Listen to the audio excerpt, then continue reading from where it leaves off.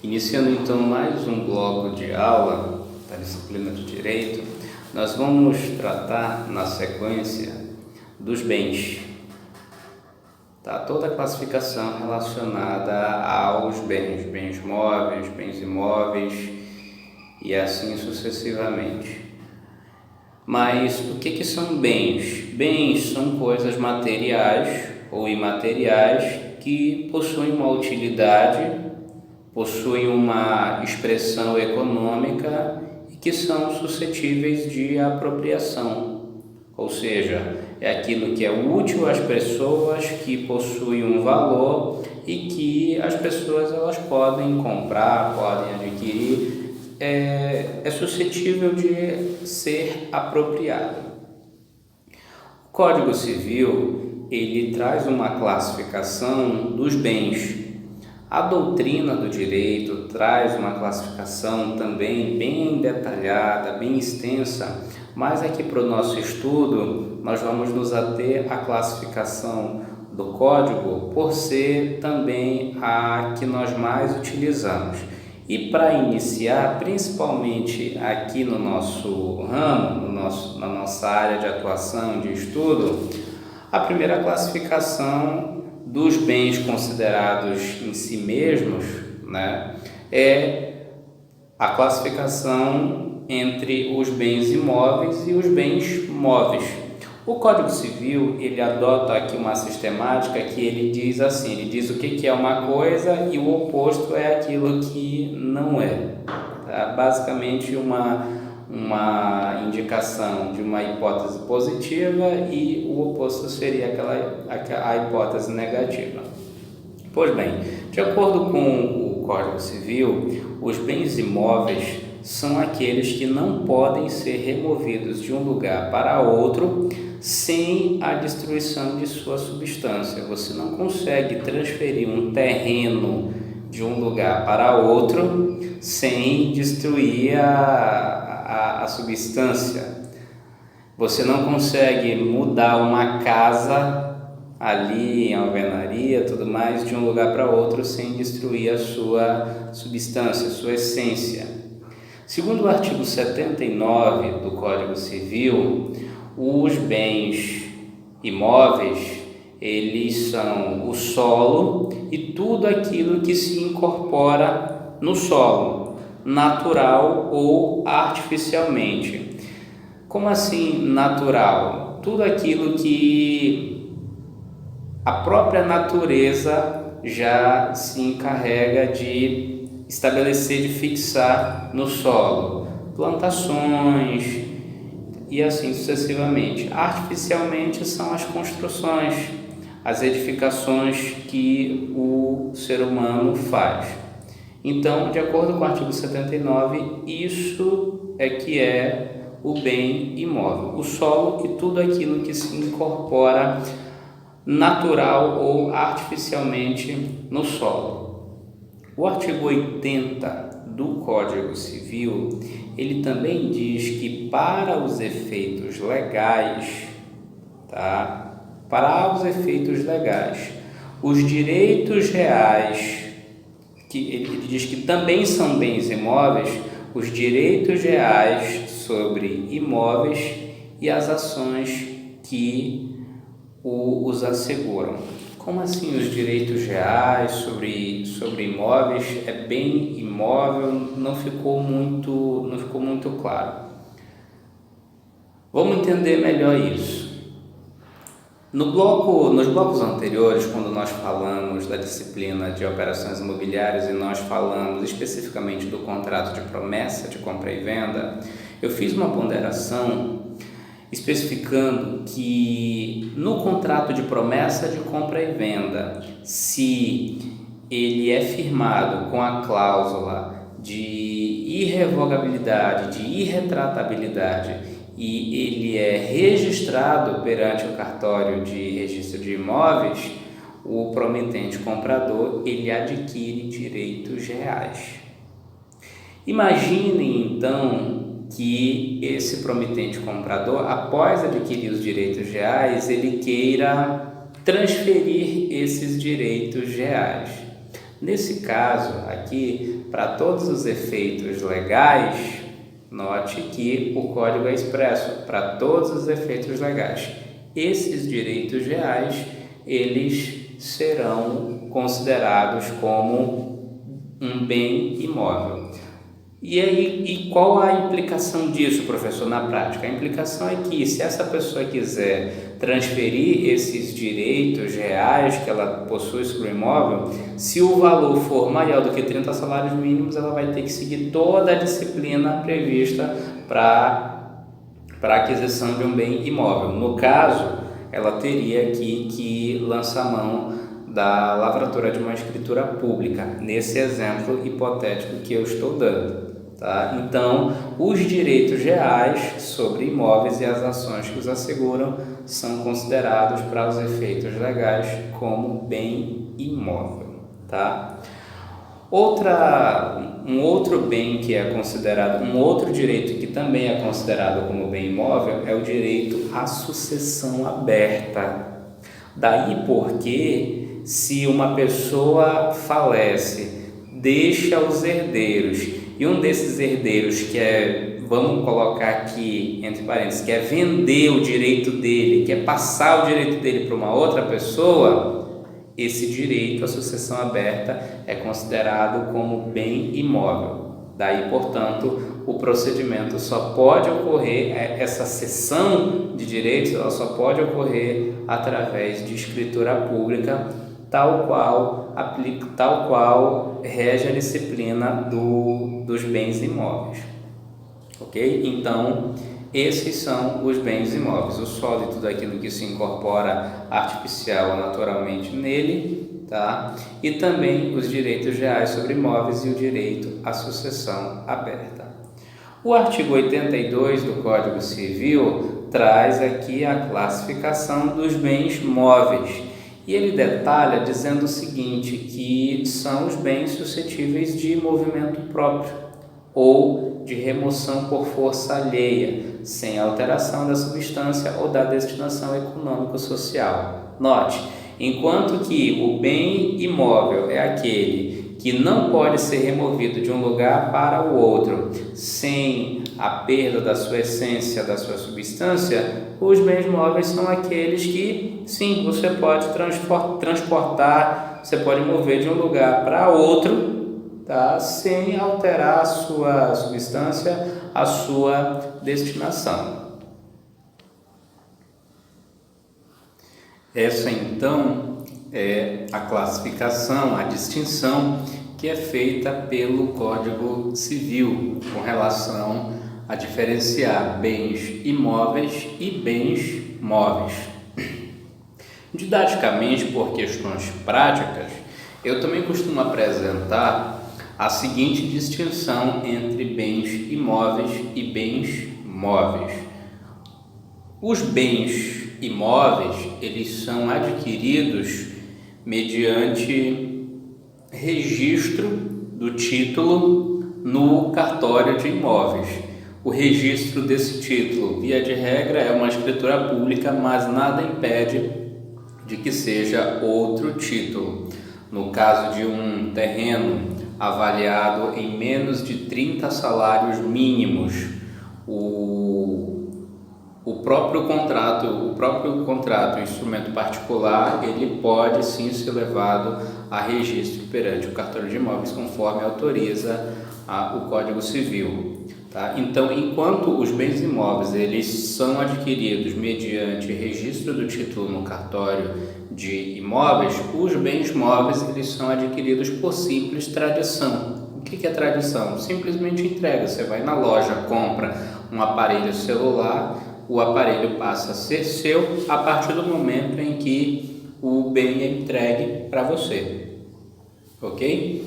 Com relação ainda aos bens imóveis, a alienação do bem imóvel exige a necessária outorga uxória, dispensada somente no caso de a pessoa separar, de pessoa casada em regime de separação total de bens. O que é outorga uxória ou vênia conjugal? Nada mais é do que a assinatura do cônjuge concordando, anuindo com a venda do bem imóvel.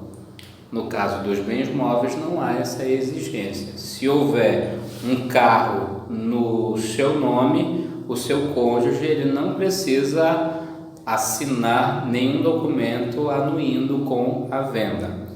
A simples assinatura do DUT, o CRV por si só já assegura ali a validade de todo o procedimento de alienação desse bem móvel.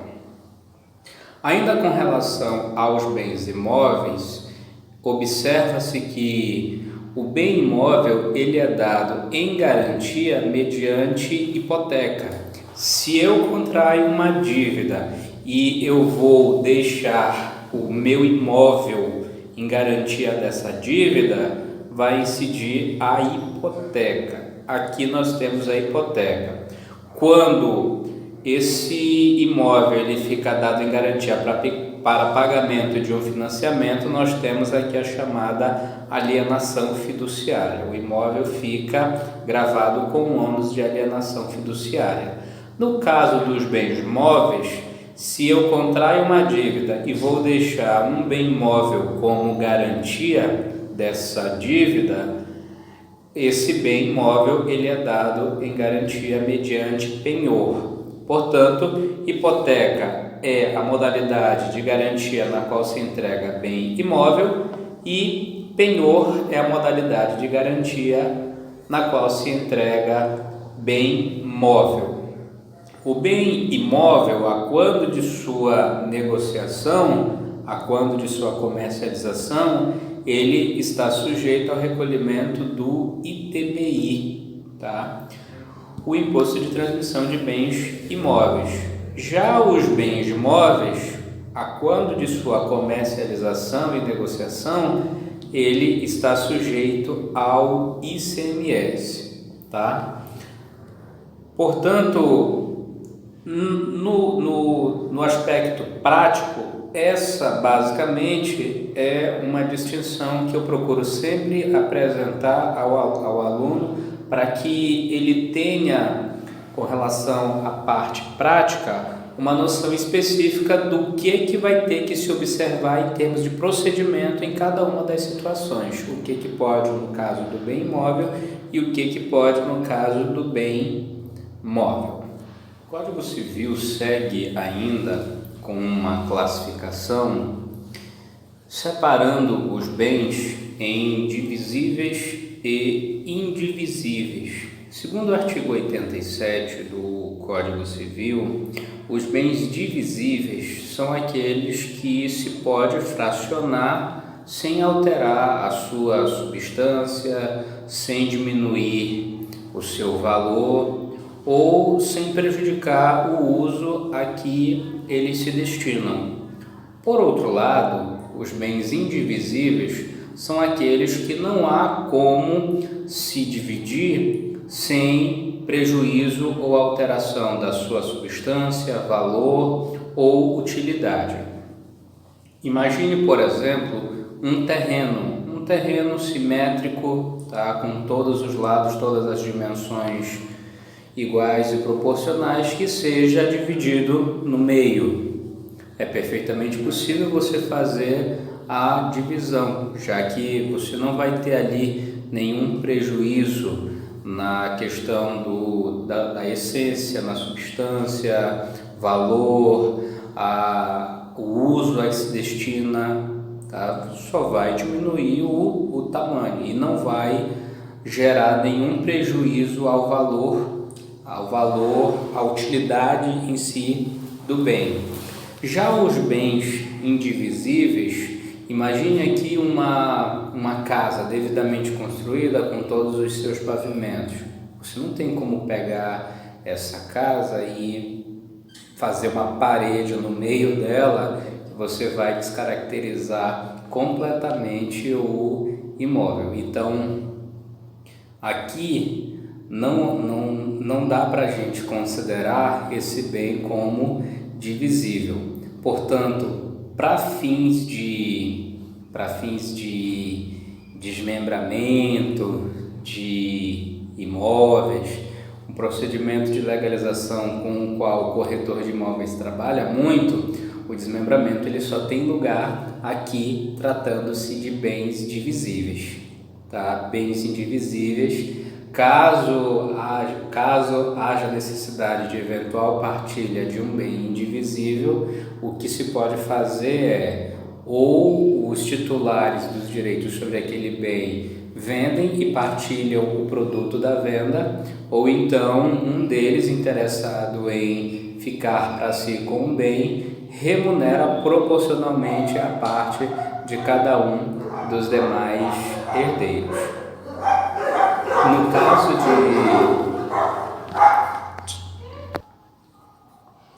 No caso de bens indivisíveis, não há, portanto, como se fazer o procedimento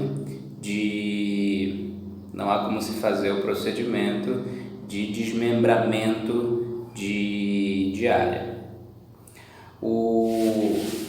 Uma outra classificação que é adotada pelo Código Civil é a de bens singulares e bens coletivos. Os bens singulares, na forma do artigo 89 do Código Civil, são aqueles que, embora reunidos num só, formando um todo, eles conservam uma individualidade. É o exemplo aqui de um edifício, tá? Que ele reúne vários apartamentos, mas é um bem só, bens singulares. Os bens coletivos são aqueles que, embora eles tenham a sua singularidade, eles agregam-se num todo, formando uma nova individualidade. Melhor dizendo, nós temos aqui o edifício como um bem coletivo, tá? Que é uma nova individualidade, e cada um dos apartamentos nós temos como bens singulares, que você pode considerar individualmente, mas que forma um todo, ok? Nós temos essa classificação em bens singulares e bens coletivos lá no artigo 89 do Código Civil. Quanto aos bens reciprocamente considerados, nós temos o seguinte: os bens eles podem ser classificados como bens principais, como bens acessórios e como pertenças. O artigo 92 do Código Civil diz que os bens principais são aqueles que possuem existência própria. Eles existem por si só. Eles independem de qualquer outro bem, de qualquer outro fator para a sua existência. Já os acessórios são aqueles que a existência depende do principal. É um exemplo disso, o solo com relação à edificação, tá? Nós temos então o solo como o bem principal, nós teríamos a edificação como um acessório. Se nós considerarmos aqui a edificação, nós vamos ter portas, pias, janelas como acessórios, ou seja, o principal, o acessório, melhor dizendo, ele está vinculado, ele tem sua existência vinculada ao bem principal. E o que são as pertenças? O artigo 93 do Código Civil, ele diz que os bens que, não constituindo partes integrantes, se destinam de modo duradouro ao uso, ao serviço ou ao aformoseamento de outro, são considerados pertenças. No caso nosso aqui, que lidamos com imóveis, existem alguns exemplos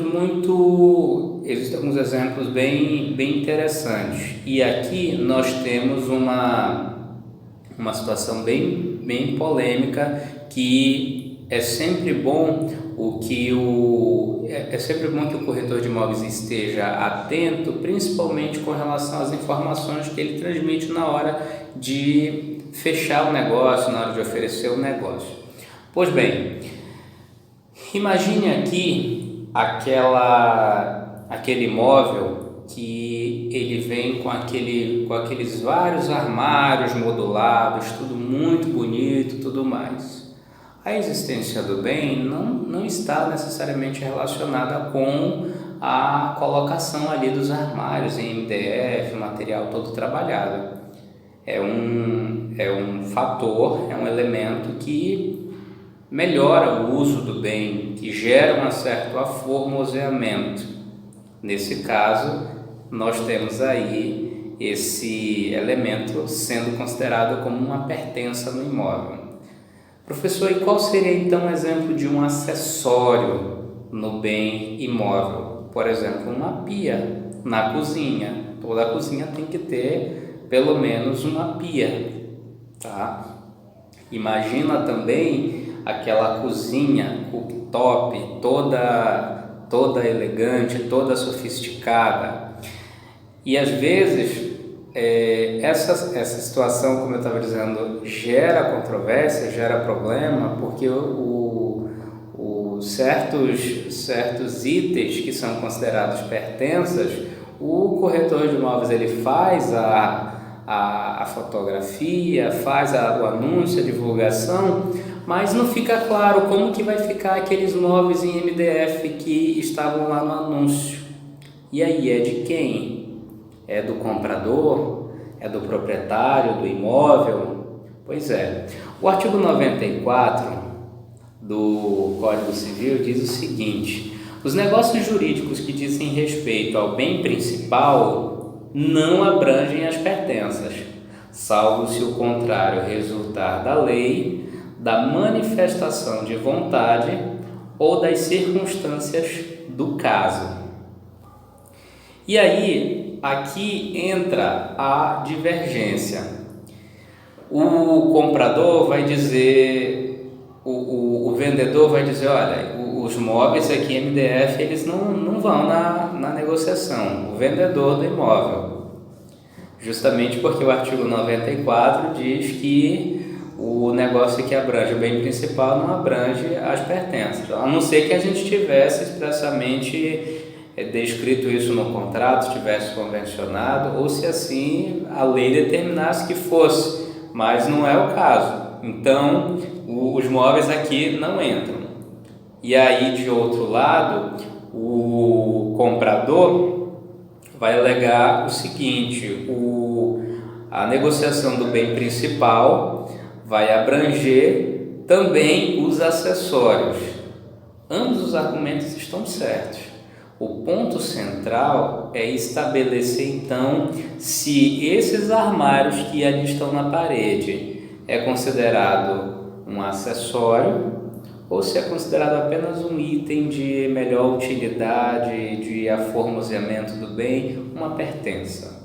E aí, por conta das vezes da falta de clareza nas negociações, nas tratativas, certas questões elas vão parar até o judiciário para que então se decida se aqueles itens que um chama de acessórios e o outro chama de pertença integram ou deveriam ou não integrar ali a aquisição do bem principal. Então, é muito importante que o corretor de imóveis ele esteja atento na hora de anunciar, apresentando informações exatas, precisas, indênis de gerar qualquer dúvida, qualquer informação, qualquer interpretação controversa a respeito ali do bem que está sendo negociado, para fins de evitar futuros conflitos judiciais.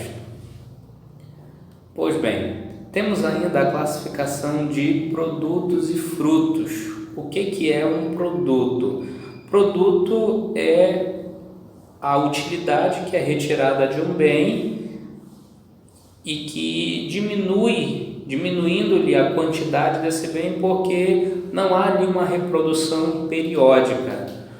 Um exemplo disso seriam os metais que são retirados de minas. Uma vez que você extrai ali o minério, não haverá novamente, não há uma reprodução periódica.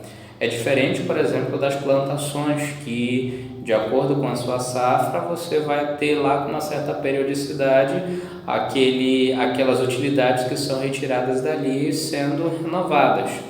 No caso nosso aqui dos imóveis, a gente pode especificamente citar os aluguéis de um imóvel. Então, uma pessoa que tenha um imóvel, ela vai, com a locação, extrair dele o quê? Um produto ou um fruto? Um fruto, porque esse mês tem um aluguel, no mês que vem tem outro aluguel, no outro mês um aluguel, e assim sucessivamente.